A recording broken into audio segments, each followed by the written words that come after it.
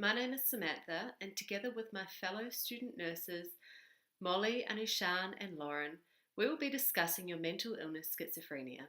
We'll be talking about how to manage symptoms with atypical antipsychotics and giving some advice on how to manage side effects and keep on track with your personal medical regime.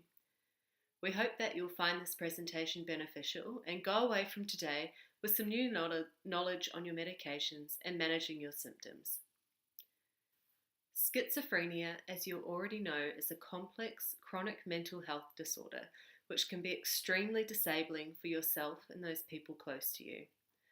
Throughout history, it has been a severely misunderstood disease in which people have feared, so much so to the absolute extreme of labelling schizophrenics as witches, killing them and imprisoning them. It shows itself in a range of symptoms, including delusions, hallucinations, disorganized speech or behavior, depression, and impaired cognitive ability. Most of you will be aware of these symptoms and how it affects you personally. However, you may not be aware of why this is actually happening. The very basics of it is that some of the pathways in your brain responsible for your feel-good emotions and sending important messages aren't able to do this due to a deficiency, an excess, or an imbalance, which then leads to these major highs in your emotions or your incredibly deep lows, as well as other presenting symptoms. Thankfully, throughout time, scientists have experimented and created medications to help manage these symptoms with great therapeutic effects.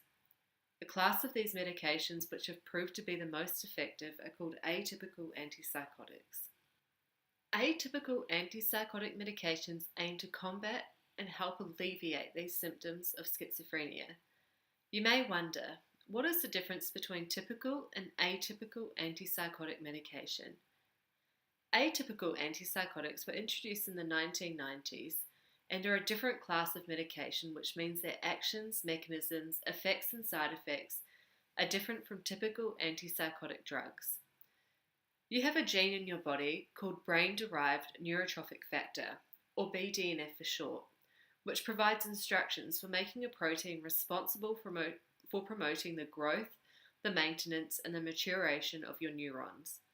Instead of lowering the levels of BDNF like typical antipsychotics do, atypical antipsychotics increase the levels of BDNF, which, as you can imagine, is a lot more beneficial for you.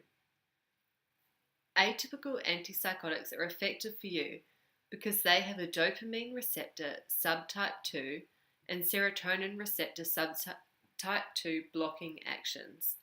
In simpler terms, this essentially means that it blocks the effect of dopamine and serotonin, which are neurotransmitters in your brain for regulating your mood, sexual desire, appetite, sleep, social behavior, as well as many other things.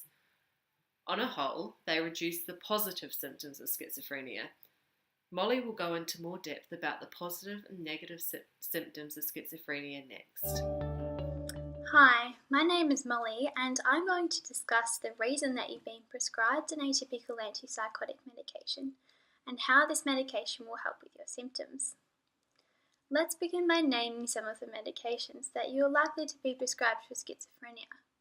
You may be familiar with the names clozapine, risperidone, olanzapine, quetiapine, and ziprasidone. Atypical antipsychotics are a group of medications used to treat conditions of psychosis, where a person's sense of reality is distorted and where there is an impairment in thinking, emotions, social interactions, and communication. Psychosis is not only experienced by people with schizophrenia, but also conditions including bipolar disorder and depression. So people with these conditions can also be prescribed an atypical antipsychotic. You may be wondering how these medications will help with your symptoms. Atypical antipsychotics primarily target and reduce what you may have heard referred to as the positive symptoms of schizophrenia, as well as the negative symptoms. The positive symptoms of schizophrenia are the aspects of your reality that you only experience in the event of the illness. This includes hallucinations, where you may hear something or see something that is not present and that you would otherwise not hear or see, when you are feeling well. Similarly, delusions are false beliefs that you may hold, for instance, that you're being spied on, and these often irrational and unrealistic beliefs will subside once the symptoms are controlled. On the other hand, the negative symptoms are functions that a person experiences a loss of in the onset or relapse of schizophrenia. Negative symptoms lead to a reduction in the ability to process thoughts, experience and convey emotions, and perform tasks. They may be experienced or observed as a general lack of motivation, speech difficulty, lack of facial expression, inability to feel pleasure, especially with things that you used to enjoy, loss of energy, and difficulty carrying out activities of daily living. In light of this, you have been prescribed an atypical antipsychotic medication because these drugs have been shown to be effective in controlling both positive and negative symptoms of schizophrenia. This is likely to result in an improved mood, enhanced ability to communicate and socialize, and an overall return to your normal functioning. Thank you, Molly. I will talk about how these medications are given, their side effects, and management of side effects. Oral route is the most preferred route for medications that are available in tablet and liquid form. It is non-invasive and you have no discomfort. Intramuscular injection is sometimes used when non-compliant with oral medications. Medications like haloperidol and risperidone can be given as an injection either to the upper arm, thigh, or the buttock. This is a depot injection given in intervals, usually every 2 to 4 weeks, and the medication will enter into circulation little by little from the original injection site. This is an invasive route and you will feel pain and other discomforts.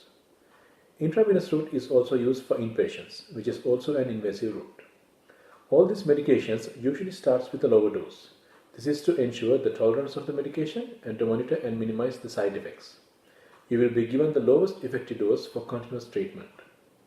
Most common side effects are sedation and dizziness, blur vision, constipation, dry mouth, drop of blood pressure with positional changes like feeling dizzy or lightheaded, restlessness and repetitive behaviors, higher than normal heart rate, urine retention, speaking and swallowing difficulty, involuntary or uncontrollable muscle movements like irregular or jerky movements, weight gain. Weight gain is a metabolic risk factor leading to development of cardiovascular disease and diabetes. Changes to blood count. Your red blood cells can be reduced and you will feel weak. Your platelets can be reduced and you will have blood clotting deficiencies. Your white blood cells can be reduced and you will be prone to infection due to compromised immunity. The clinician, you and your family's participation is required to manage these side effects.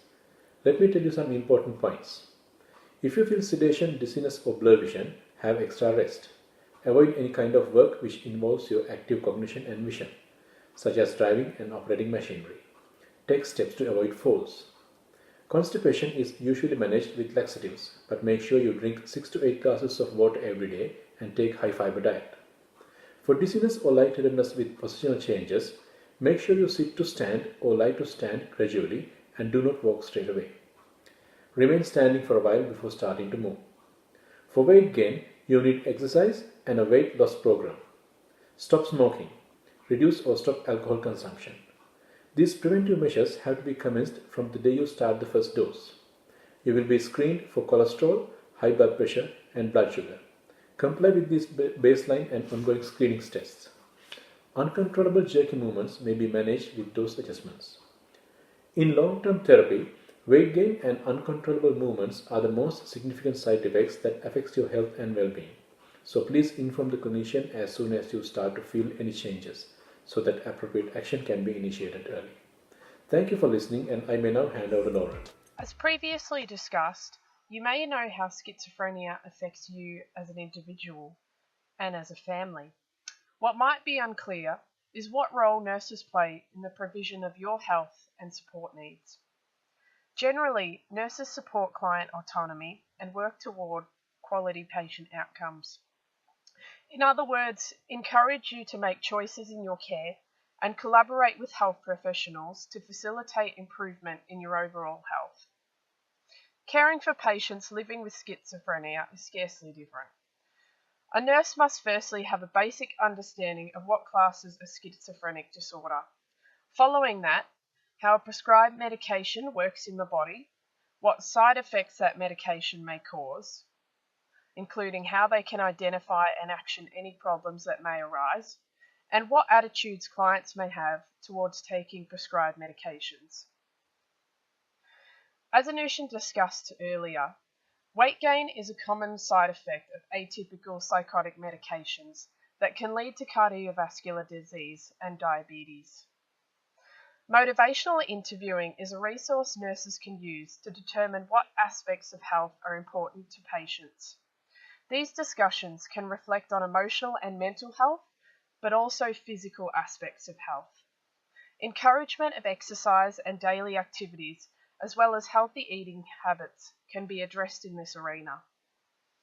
As there has been a recognised link between schizophrenia and the development of glucose intolerance, nurses may frequently check a patient's blood sugar levels, blood pressure, and BMI.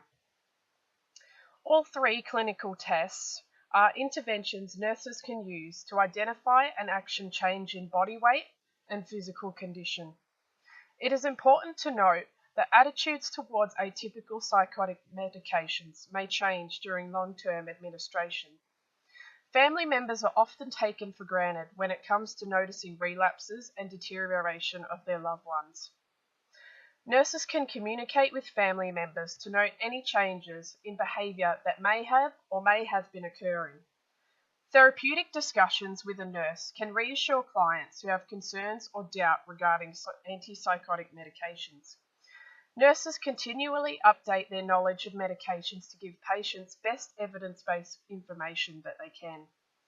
They may liaise with doctors to consider on an individual basis whether the benefits of atypical antipsychotic medications outweigh the risk of common side effects. As history demonstrates, scare tactics are not helpful in encouraging adherence to medication for best health outcomes. Nurses will work with you to ensure that you feel comfortable and safe in your environment. In addition, liaising with other specialised health professionals such as dietitians, physiotherapists and doctors allows for a more holistic approach to care and individualised health outcomes. Health promotion strategies, such as this video, is an essential component to a nurse's role. Any effort to enhance and support client and family education enables a more health-literate approach to achieving a better quality of life. Always remember, nurses are here to support your needs and the needs of your family. Throughout this presentation, our group has discussed aspects of schizophrenia and atypical antipsychotic medications that may not have been clarified in the past. Every health professional's main goal is to ensure our clients and their families experience a better quality of life through evidence-based care, autonomous decision-making, and holistic clinical practice. We hope this video has encouraged you to continue working with us to improve your health and well-being. Thank you for watching.